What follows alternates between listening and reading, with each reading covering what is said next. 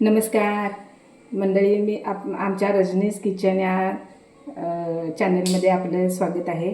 आजचा आपला दिवाळीच्या फराळामधला दुसरा पदार्थ आपण सगळ्यांना आवडणारा चकली हा पदार्थ बनवूया. तर खमंग खुसखुशीत चकली आणि मऊ न पडणारी, तेल न जास्त राहणारी अशी चकली आपण आज बनवूया. त्याच्यासाठी लागणार आपण साहित्य बघूया.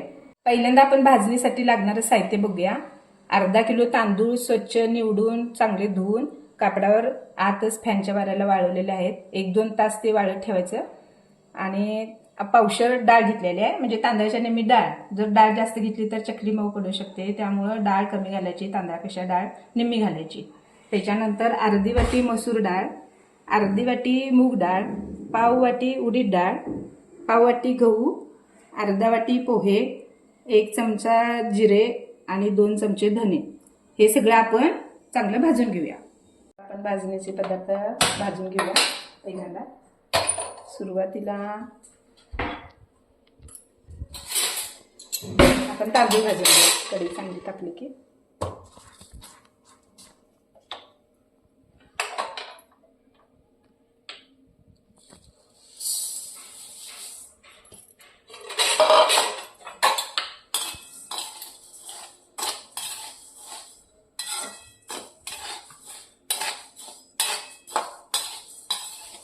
चांगलं लालसर होईपर्यंत आपण भाजून घ्यायचे. तांदूळ डाळी सगळ्या जास्त करपू द्यायचं नाही, कारण करपलं की नंतर हे करताना येऊ शकते. चकली करताना जास्तच खरपूस बनवू शकते ती, किंवा खरपूस टेस्ट लागेल त्याची. त्यामुळं थोडंसं हे करायचं, तेवढंच थोडं भाजून घ्यायचं.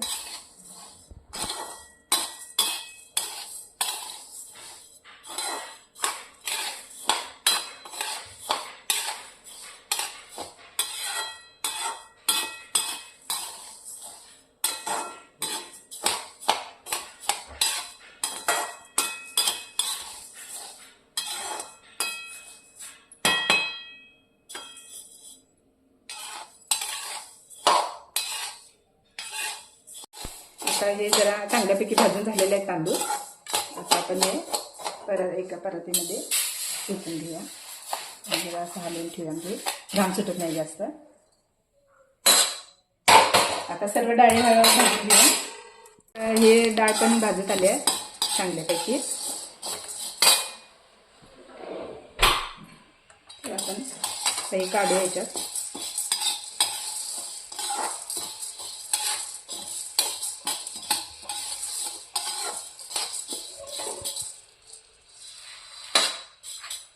अशा पद्धतीने आपण सगळ्याच डाळी थोड्या थोड्या भाजून घ्यायच्या. हे आता लगेच भाजतात.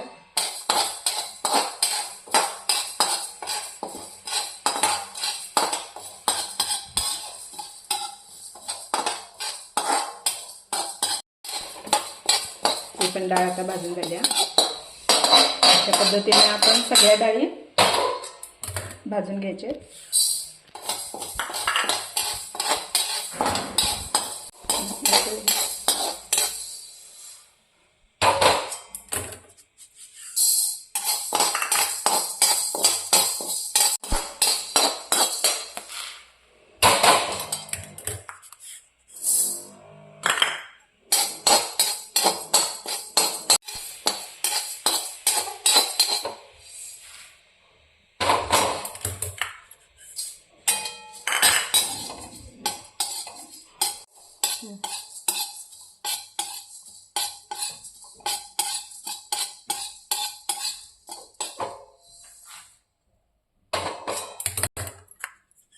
आता धने आणि जिरे एकत्रच भाजले तरी चालते.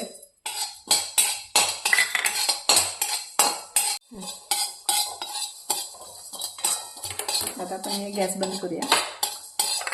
झालेलं आहे चांगलं भाजून.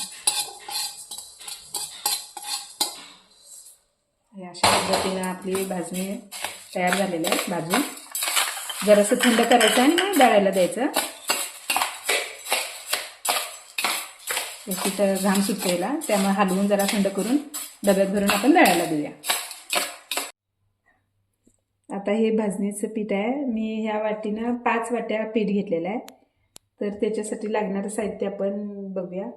5 वाट्या पिठासाठी अर्धा वाटी तेल, ओवा, अर्धा चमचा तीळ, एक 2-3 चमचे, आणि एका वाटीला 1.5 चमचा या मापाप्रमाणे 5 वाट्यासाठी 7.5 चमचे तिखट घेतलेलं आहे आणि चवीप्रमाणे मीठ घेतलेलं आहे.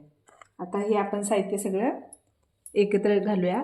तोपर्यंत इकडं कढई तेल गरम करायला ठेवूया.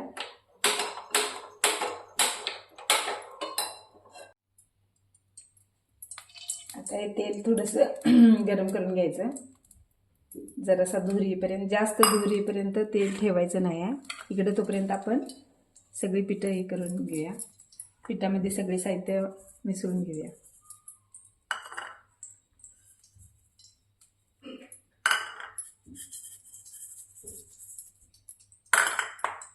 लाल तिखट, बुक्का वापरलं तर चालतोय किंवा घरातली जी चटणी आपण केलेली असते ती वापरली तरी चालते. तर हे सगळे पदार्थ आपण एकजीव करून घेऊया. इकडं आपण तेल गरम करायला ठेवले, तर इकडं आपण पाणी गरम करायला ठेवूया, कारण गरम पाण्यातच मळायचं आहे पीठ.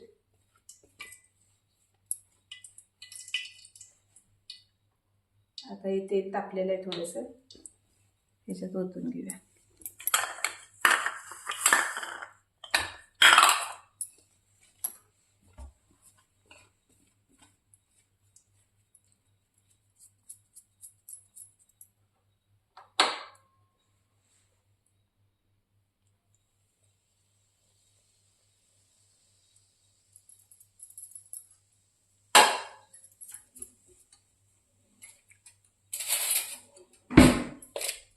चमच्यानं असं जरा हलवून घेऊया.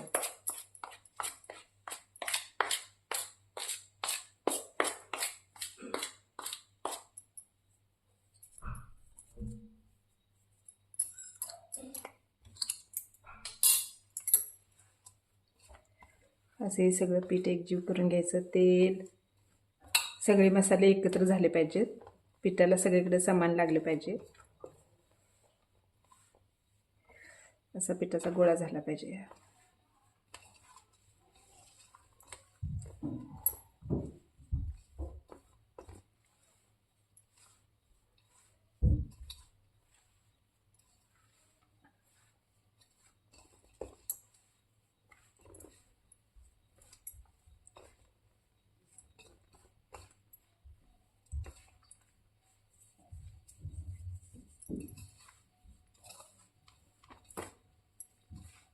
आता हे तयार झालेलं पीठ आपण थोडं थोडं करून मिळलं तरी चालतंय, लागेल तसं.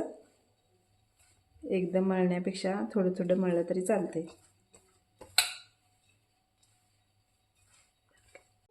आता हे पीठ असं एकदम एकजीव झालेलं आहे. असं त्याचा घट्ट लाडू बनल्यासारखं असं घट्ट हे होते, एकत्र लाडू वळल्यासारखं चांगलं हे झालेलं आहे. मोहन वगैरे व्यवस्थित पडलेलं आहे ह्याच्यात.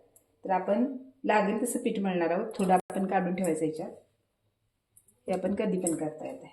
जेवढं आवश्यक आहे तेवढंच करायचं आणि ते पीठ झाकून ठेवायचं. आता ह्याच्यामध्ये हे गरम केलेलं पाणी घालायचं, मळायचं.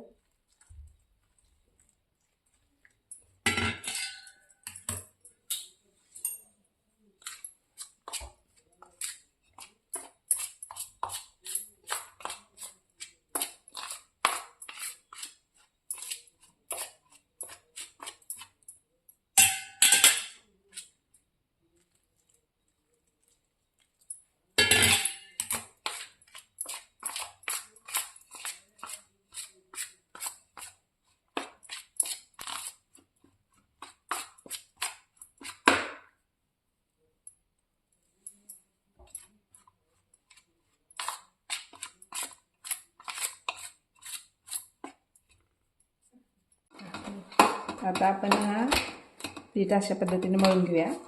जास्त पातळ करायचं नाही, नाहीतर त्याला काटे येत नाही आणि चकली आत मऊ राहत्या, व्यवस्थित तळली जात नाही, जास्त वेळ तळायला लागत्या. आता हे असं जरा असं घट्ट असलं पीठ की व्यवस्थित त्याच्या चकल्या करता येते. तर हे पीठ तयार झालेलं आहे. आपण आता कढईत तेल गरम करायला ठेवूया. चांगलं कडक तापलं की गॅस जरासा बारीक करायचा आणि त्याच्यामध्ये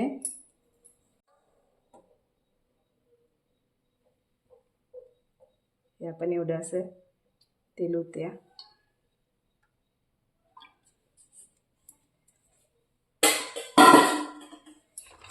आता तेल तापेपर्यंत आपण चकल्या पाडून घेऊया. तर चकल्या पाडताना आपण डायरेक्ट ताटात न पाडता त्या पेपरवर पाडायच्या, म्हणजे हाताने उचलता येतात. हा असा पद्धतीचा जुना पद्धतीचा आम्ही सोऱ्या वापरतो, कारण ह्याच्या चकली चांगली होत्या. असं गोळा करून घ्यायचा घट्ट, ते दाबून घ्यायचं ह्याच्यात असं.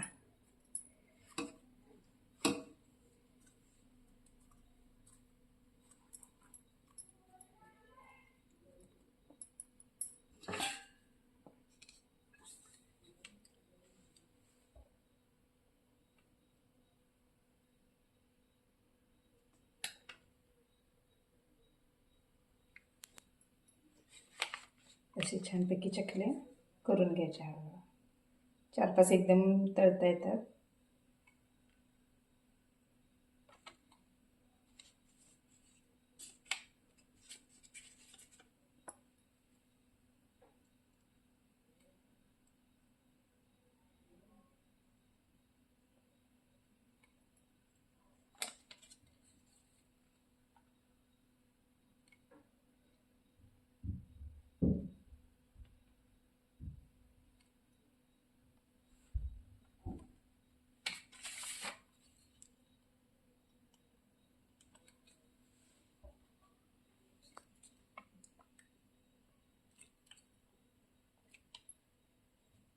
बघा छान चकल्या तयार झालेल्या आहेत.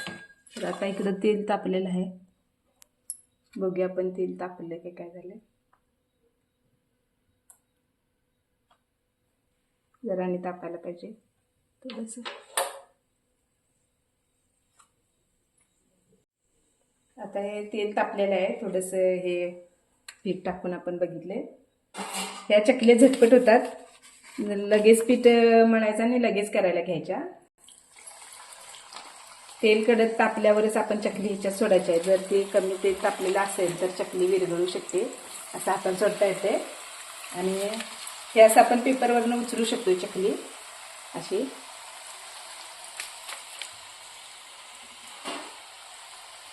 आता थोडं पहिल्यांदा मोठ्या गॅसवरच चकल्या भाजायच्या आहेत. नंतर मग बारीक करायचं गॅस. त्याला जास्त हे करत बसायचं नाही, हलवत बसायचं नाही थोडा वेळ. नंतर जराशा घट्ट झाल्यावरच मग त्या परतायला बघायचं.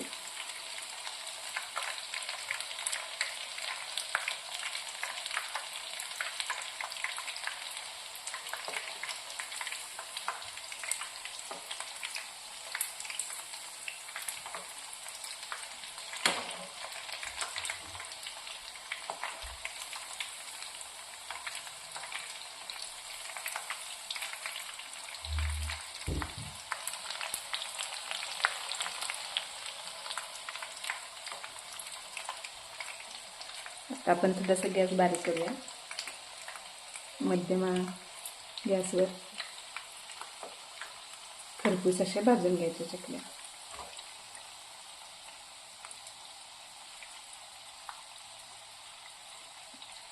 आता ह्या चकल्या थोड्या भाजेपर्यंत आपण दुसऱ्या चकल्या बनवून घेऊया.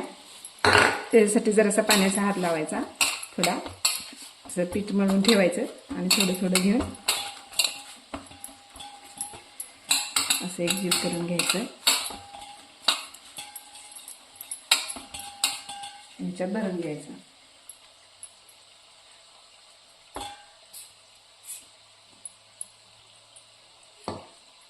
थोड्या चकल्या आपण काढून घ्यायच्या.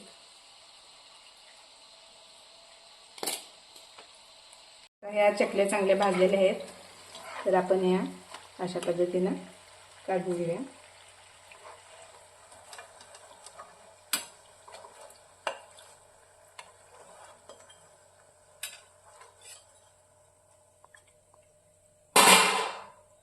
तर दिसतानाच ह्या छान अशा कुरकुरीत काटेरी दिसायला लागल्यात. याची टेस्ट पण छान लागणार. काढून आपण असं बाजूला ठेवूया. तोपर्यंत दुसऱ्या चकल्या तयार आहेत, त्या घालूया परत. या अशा पद्धतीने उचलायच्या आणि अशा सोडायच्या.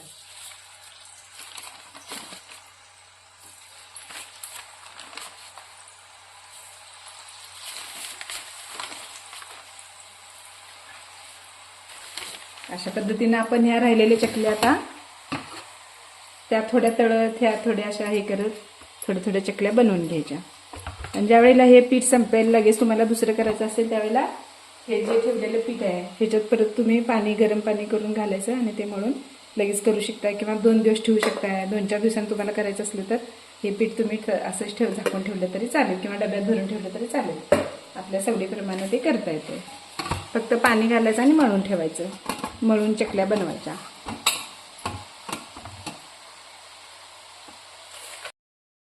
तर ह्या सर्व आपल्या चकल्या करून झालेल्या आहेत. छान काटेरी खुसखुशीत अशा चकल्या दिसायला लागल्यात. तुम्ही करा आणि टेस्ट करून बघा. मी हे 5 वाट्या पिठासाठी अर्धा वाटी तेल असं प्रमाण घेतलेलं. तुम्हाला घ्यायचं असेल तर 10 वाटी पिठासाठी 1 वाटी तेल याप्रमाणे तेल घ्या आणि चकल्या करून बघा. तुम्हाला आवडल्या तर कमेंट बॉक्समध्ये आपल्या मतं मांडा आणि आमच्या चॅनलला लाईक करा, शेअर करा आणि सबस्क्राईब करा. नमस्कार.